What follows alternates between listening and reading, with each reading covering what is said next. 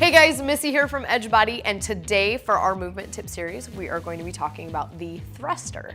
So the thruster is an awesome total body movement that really works on hip power. So we're not only going to be strengthening different things, but we're also going to get that heart rate up, which is why many of you probably dislike seeing thrusters on the board for the workout, but they're awesome and will just help you to get better and better as you progress in your fitness journey, okay? I'm gonna talk about 4 things today. We're gonna talk about the squat and how to start the movement. Then we're gonna talk about that hip drive to help get that weight overhead safely. Then we're gonna talk about stabilizing overhead to finish the movement. And then last but not least, I'm gonna talk about some different variations. All right guys, so tip number 1, the squat portion of the thruster. So I'm gonna grab some dumbbells, okay, for this variation. You're gonna have your dumbbells up on your shoulders in a neutral grip, feet shoulder width apart, slightly point those toes out, and I'm gonna slowly load, getting into that full squat position, right below parallel, driving those knees out to then start the next phase of the thruster.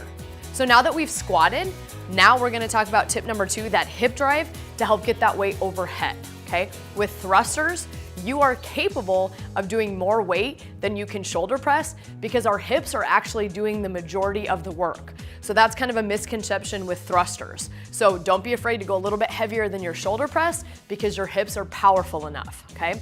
For more info on hip drive, you can also check out our wall ball movement video, and that can help as well. So we got those dumbbells and we're in the bottom of the squat. Now we're gonna drive up and pop that weight off our shoulders to begin that drive. So it's all about those hips. So going from the side, we're gonna squat down and pop, locking it out overhead, okay? So that our hips are really driving the weight up. All right guys, so now I'm just gonna demo the stabilizing at the top of the movement, which is tip number 3. So once we have those dumbbells up there, we wanna make sure that we keep those arms nice and close, head through those hands, rib cage down so that our back is nice and flat, okay? It's also important that we're squeezing our glutes, keeping our rib cage down so that our back is nice and flat when we're overhead versus being really overextended.